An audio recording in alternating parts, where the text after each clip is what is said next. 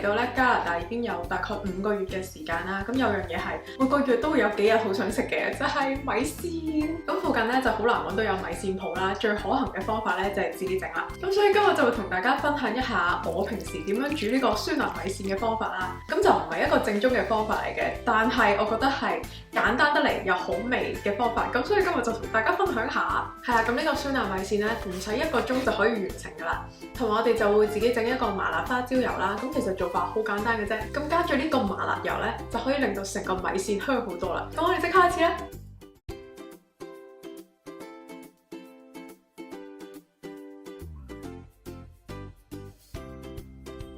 係啦，咁我哋第一步要做嘅咧就係將呢個五花腩飛咗水先。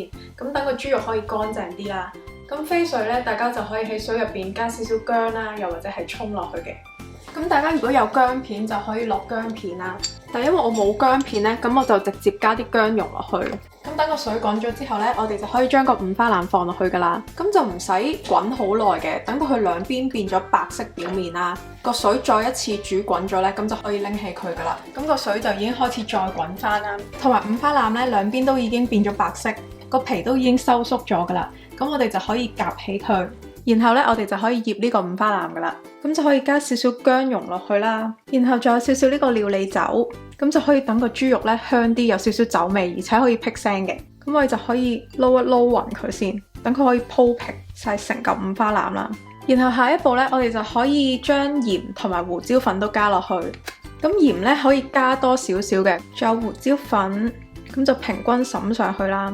之後就反轉另一面，都係一樣灑啲鹽同埋胡椒粉上去，撈一撈啦，等佢勻勻少少。咁呢個豬肉呢，我哋就最少醃20分鐘啦。咁如果你想佢入味啲嘅話呢，咁其實可以提前1晚放喺雪櫃醃過夜嘅，咁個豬肉就會更加入味噶啦。咁如果呢個豬肉呢，你係準備醃20分鐘嘅話呢，咁每隔10分鐘我哋就可以反一反轉佢啦，等佢可以浸到下邊嗰啲酒，即係咁樣等佢醃20分鐘。咁喺個豬肉醃緊嘅時候呢，我哋就要準備2樣嘢。第一樣呢，就係烚咗個米線先。第二樣呢，就係準備呢個花椒油。咁煮呢個花椒油之前呢，咁其實個花椒就要事先浸咗水先嘅，因為如果直接炸嘅話呢，好容易就會燶啦，咁就炸唔出個香味。咁我今次用嘅呢，就係呢個四川花椒，大概就用2湯匙啦。下一步就可以加水浸呢個花椒啦。咁浸呢個過程除咗可以等佢吸收水分冇咁容易炸燶之外呢，其實都係當清洗一下個花椒嘅。咁就可以攪一攪佢啦，大概浸10至15分鐘左右。係啦，咁話咁快呢，個水已經滾咗啦，我哋就可以煮呢個米線噶啦。咁我今次用嘅呢，就係我喺亞洲超市買嘅米線啦。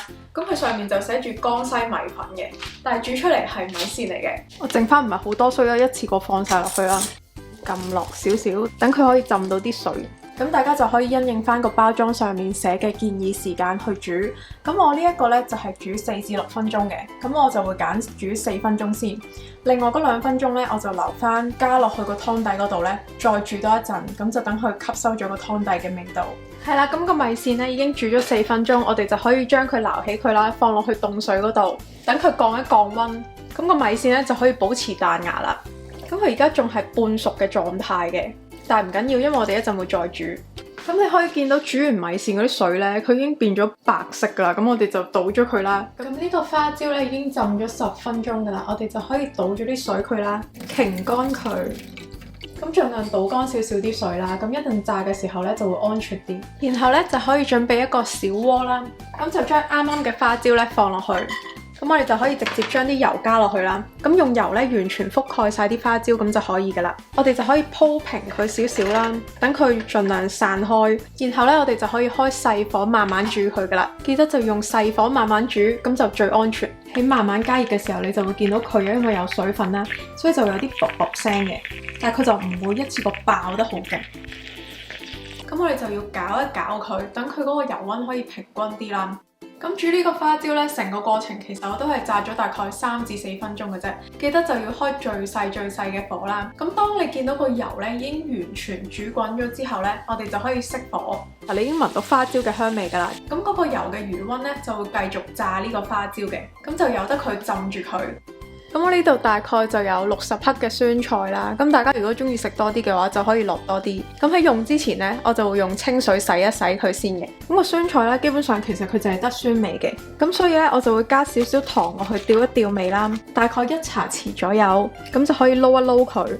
咁一陣煮出嚟個湯底咧會好味啲嘅。如果你有時間嘅話咧，其實就可以直接將個酸菜咧加少少蒜頭啦，同埋糖落去炒一炒佢，再煮個湯底咧就會更加好味啦。我呢個係懶人嘅做法，就係咁樣撈勻咗之後咧就可以擺埋一邊備用噶啦。係啦，咁而家基本上咧所有嘢都 ready 晒，我哋就可以直接煮個湯底啦，即係將個豬肉烚咗佢，然後拎起個豬肉之後咧就煮個湯底，將酸菜同埋米線放落去一齊煮。好啦，咁我哋而家就可以煮個五花腩。咁煲滾咗個水先啦，然後個五花腩咧已經醃咗大概30分鐘噶啦，我哋就可以放落去。咁通常咧剩低嗰啲酒調味料咧，我都會放埋落去一齊煮嘅，然後就可以煮熟個五花腩啦。大概咧就煮20分鐘左右，煮熟咗佢咧就可以拎起佢噶啦。咁而家咧個豬肉已經煮咗20分鐘，已經係熟晒啦。你見佢已經成嚿豬肉係收縮咗噶啦。咁我哋就可以拎佢出嚟攤凍，一陣咧就可以切片噶啦。咁呢個湯咧，其實煮完個豬肉之後咧，已經好甜啦。咁為咗快速令個湯變得更加好味咧，咁大家就可以落濃湯寶啦，又或者係呢啲雞湯粒，又或者係蔬菜湯粒咁樣。烚完個豬已經好好味噶啦。咁我哋只係需要用半粒咁就足夠噶啦。咁如果你係唔想用呢啲湯粒嘅話咧，其實都可以落一半水、一半雞湯又或者豬骨湯去代替嘅，咁就唔需要加呢啲湯粒啦。但係如果冇嘅話咧，咁呢一個就係最快捷嘅方法啦。咁就可以將佢放落去一齊煮啦。仲有啱啱準備好嘅酸菜都放埋落去，然後咧就可以開中火煮滾佢啦。咁等個湯滾咗之後咧，我哋而家就可以將啱啱嘅米線擎乾水啦，放埋落去一齊煮，煮到個米線咧軟身咁就可以噶啦。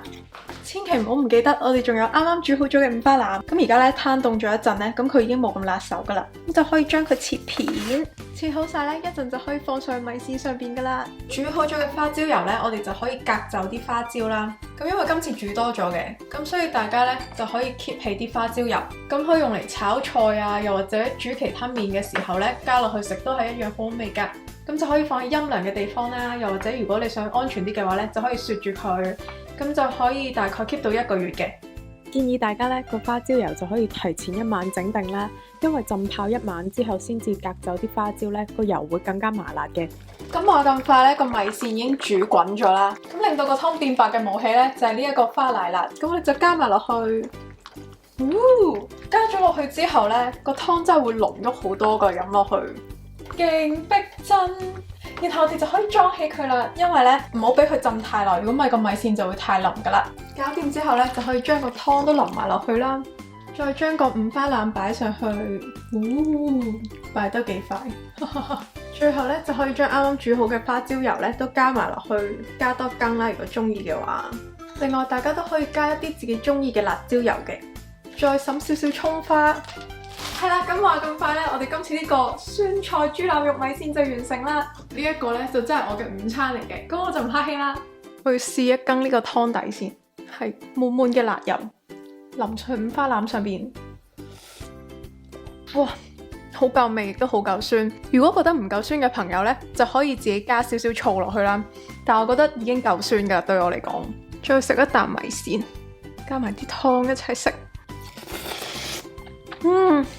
真係好滿足，好肚餓啊！我淨係落咗2茶匙嘅花椒油啦，我而家個口已經有啲麻痹咗嘅感覺，同埋開始流鼻水。